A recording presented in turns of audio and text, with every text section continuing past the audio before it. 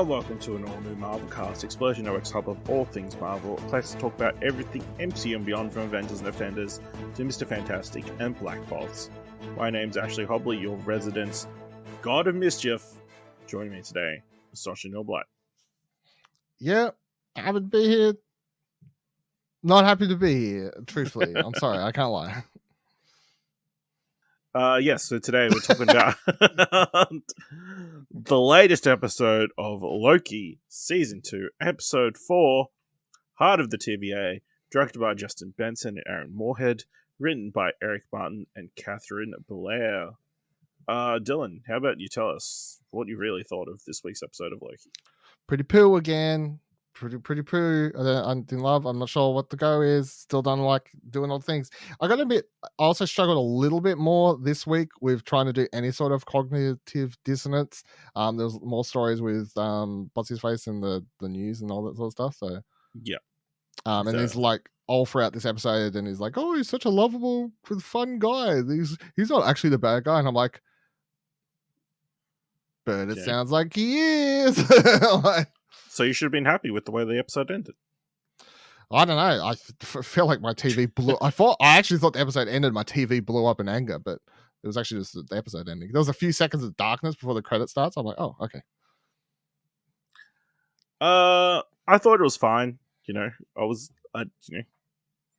thought there were interesting elements, but again, they're just kind of going around in circles. This one literally bringing a loop from the first episode to a close. But I guess it does end in like a potentially interesting position where everything's fucked. Everything is as bad as it possibly could be. I was like, the show's finally over. Like, they just ended it. Or maybe it ends and the next. Like, that's it. The next two episodes are just black. Yeah, MCU's over. Or just funerals on Earth for Loki. Yeah. I don't know. But yeah, let's just quickly go through the episode, I guess. To spare Dylan his thoughts. So we kick things off at the Citadel. Miss Minutes tells Renslayer that He Who Remains wasn't alone, and she pretends to show her something. Renslayer, with He Who Remains with him, thanking her for being on his team and being proud to lead with her. She goes to the command the TVA, but he says he'll catch up. Once alone, he has Mr. Minutes erase Renslayer's memories and all the memories of the TVA employees. Now Renslayer knows that she commanded the army in the multiversal war, and he shunted her off to do all the work, while he just stayed and was denied her rightful role as leader. Miss Minute says they don't need He Who Remains after all, and maybe never did.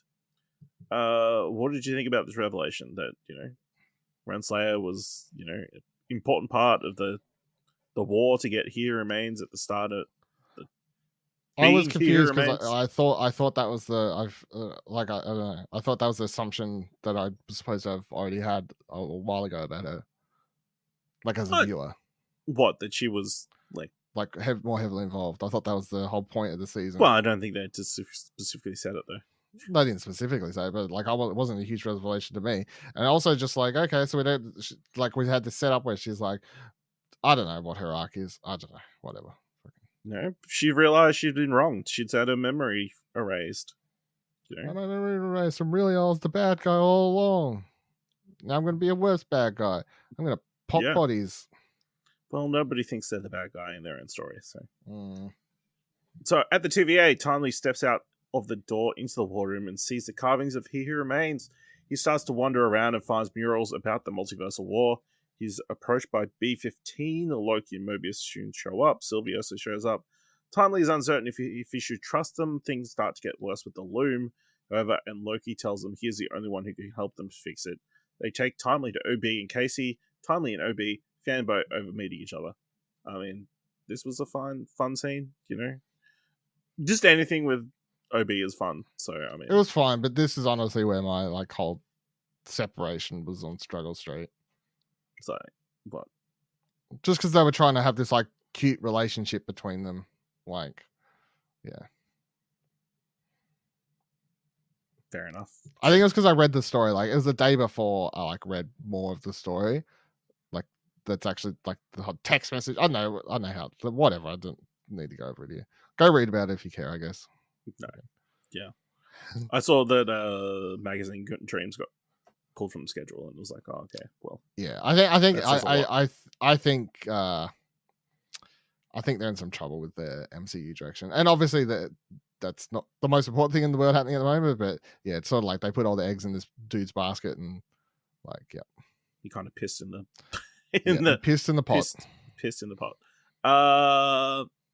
Obi reveals the plan. Someone will take a throughput multiplier into the launcher and send it to the loom so they can dock and manage the capacity. They need to make the rings of the loom bigger so more branches can fit through. The big problem is that there's more radiation out there, and the device doesn't work yet. But Timely has an idea. The device he brought with him, his prototype, is the answer. Timely sets to work with OB to put things together. Mobius suggests that they get pie while they wait, but Sylvie calls him out for not even bothering to find out about his real life that was taken from him, and that because of that, he doesn't care. I don't think that's a very fair, criticism. I thought this was a very weird scene.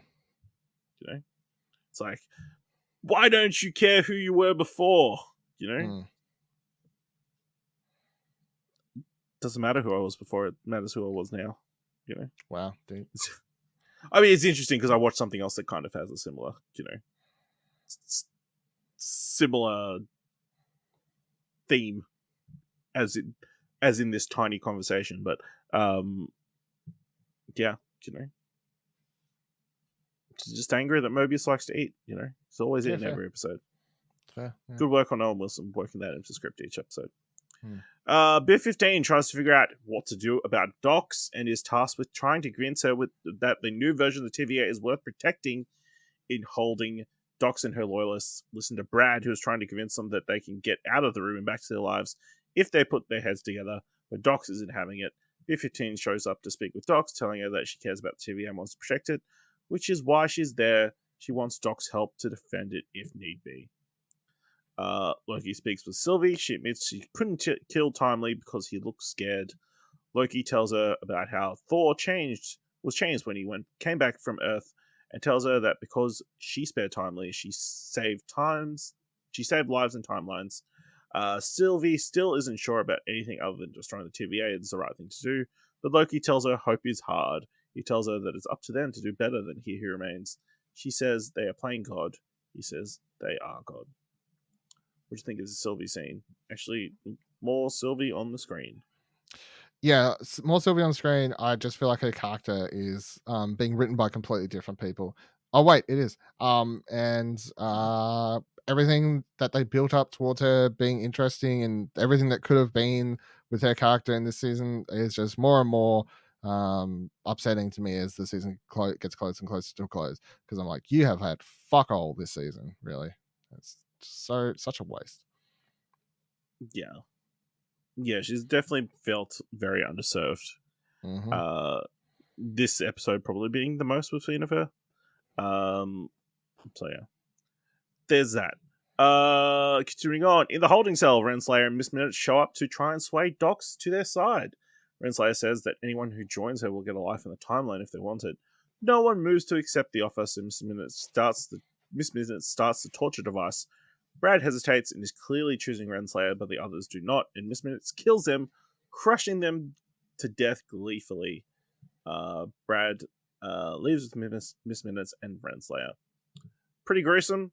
Kind of wish we saw. Yeah, so a little bit more. It's like the box. There's several disappointing things here. It's like, A, you can't show it because it would be way too gory. But then also B, the choice to not at least do some level of sound effect, or even attempt to do like a sound effect that could even fall within PG, I found highly disappointing. Like the fact that this entire scene is reliant on just a close up of Renslayer's face to portray it without anything else just feels weird. Like it feels like I get that it's like a kid show. Well, it's not a kid show, it's a family show, I guess. Yes. Like it's PG, it's a PG-13 show. I get that, but I feel like he still could have like pushed that line with a sound effect or just something like a little bit of blood trickling down the floor. I don't know, like just something to sell it, and I just felt like it was a waste. Or even when you cut back to B15 later, and she comes in the door, just seeing blood trickling down the floor. Then I don't know, like something a flesh cube. Yeah, something just. But yeah, it that was a little, I understand. They did focus on Miss Minutes like really enjoying it, which is, I guess, interesting. But yeah, and I completely forgot what those actual cube things were. Like, they haven't used those at all this season, I don't think. So it was kind of, I don't know whether they're suddenly like. I mean, Loki tortured someone with it, but other than that. Oh yeah, that's true. That was this season. That's true. I completely forgot about that because that's all right. I forgive you. See, at least I'm paying attention to the show. OB and Timely finish the device, but Casey discovers that diagnostics have suddenly stopped working and the temp pads aren't connecting. B-15 goes to the holding area and finds Docs and the Minutemen dead. She tries to contact Mobius and finds her access has been denied. Timely is taken to the hot chocolate machine, where he gives one of the agents a cup. Brad shows up and prunes the agent. OB realizes Miss Minute has taken over the system, and they rush to get Timely, but find him gone. He's all into the war room, where he's confronted by Miss Minutes and Renslayer demand to know where his device is. The moment I realized this show is written by AI is when they couldn't figure out how to get him out of the room to get kidnapped, so they have to come up with this whole thing where he becomes fixated on going to look at a hot chocolate machine. I mean, if you were living in the 1700s and there was a machine that there's made hot all chocolate, this machinery in the room they're in. There's all these things they've been talking about, and for some reason it's a mention of a hot chocolate machine that he's suddenly like so fixated on, like a fucking child, even though they're trying to fix something to save the world. I was like, this is dumb. Fucking dumb. You don't like hot chocolate? Nah, there's milk in it. See, that's your problem, so you don't understand the law. But yeah, very dumb, Again, trying to make him super cutesy and that kind of stuff and likable, Yeah. Also, he doesn't drink it, which is weird, Yep, he just goes, he doesn't look even at this. taste it. Gives it to the security dude. Fucking weird. Yeah, what a weird scene. What a weird. Loki and Sylvia separated when she gets closed into the elevator before Loki can get in. She tells him to take the stairs. Mobius, OB, Casey, and B-15 head to the loom. We're now back to where Loki was during the race to fix his time slipping in episode 1. Loki encounters his previous self as the elevator door closes. It turns out Loki had pruned himself in that moment previously and does so now. Sylvie gets out of the elevator and the phone continues to ring. This time Loki answers. It's OB looking for them and letting them know what's going on, and then he needs to reboot the system. When they realize that rebooting the system will allow them to use magic, Sylvie and Loki tell OB to do it. The whole elevator pruning thing, what a shitty Felt like it went for 10 minutes, that scene. I mean, yeah, it was just kind of a disappointing payoff to... Yep. The whole setup, it's like, they even bring it up, I saw you in the future, I need to know why you're here. It's like, for that? Okay. Underwhelming. Very. The reboot starts locking Miss Minutes out as she's taken offline. Before she shuts down, she tells Timely he'll never be who he remains. Loki and Sylvie use magic against X5, specifically with Sylvie enchanting him, and he prunes Renslayer. Loki and Sylvie grab Timely and run to the loom. They scan his aura, and it works. The doors are unlocked, but things are very bad with the loom. Loki volunteers to deal with things, but Timely says he has to be the one to do it because he knows how the device works. Timely goes out, but is immediately torn apart by the radiation. Literally spaghettied. As they watch, the loom explodes because they're unable to do anything, and no one knows what happens next. There's a flash of bright light, and then nothing. Extended black, and then credits roll. I mean, It's a solid cliffhanger. Best moment of this whole season so far. Yeah, so I guess where to from here? I mean, yeah. Like, I wasn't 100% paying attention, and then Timely dies. I'm like, wait, what? I need to rewind and watch this again. But yeah, he just spaghettis straight away. Pretty, interesting. It's a cool special effect. I'll give it that. They did a solid job of making Jonathan Majors disappear. Yeah, and I'm sure there was some motivation. Do that in real life, there would be a lot better for them and everyone else, apparently. So, yeah. But yeah, I mean, where it goes from here, I've got no idea, and I don't care. I mean,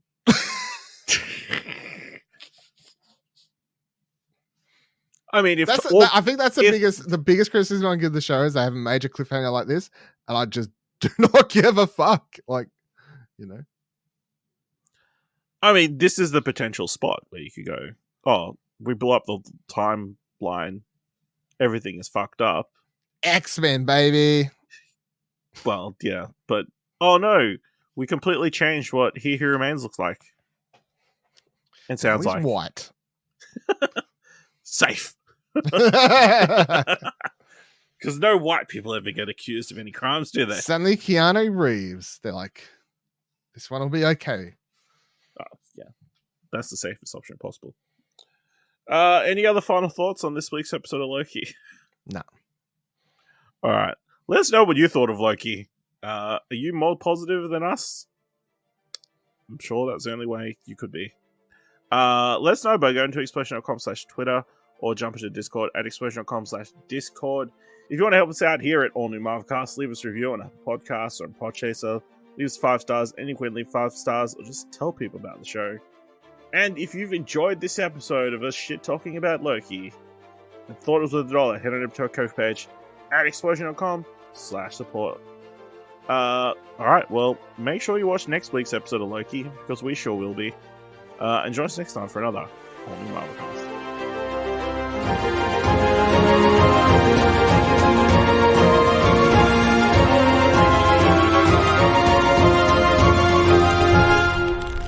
You say it like sarcasm, but we actually will be, so out of obligation. But...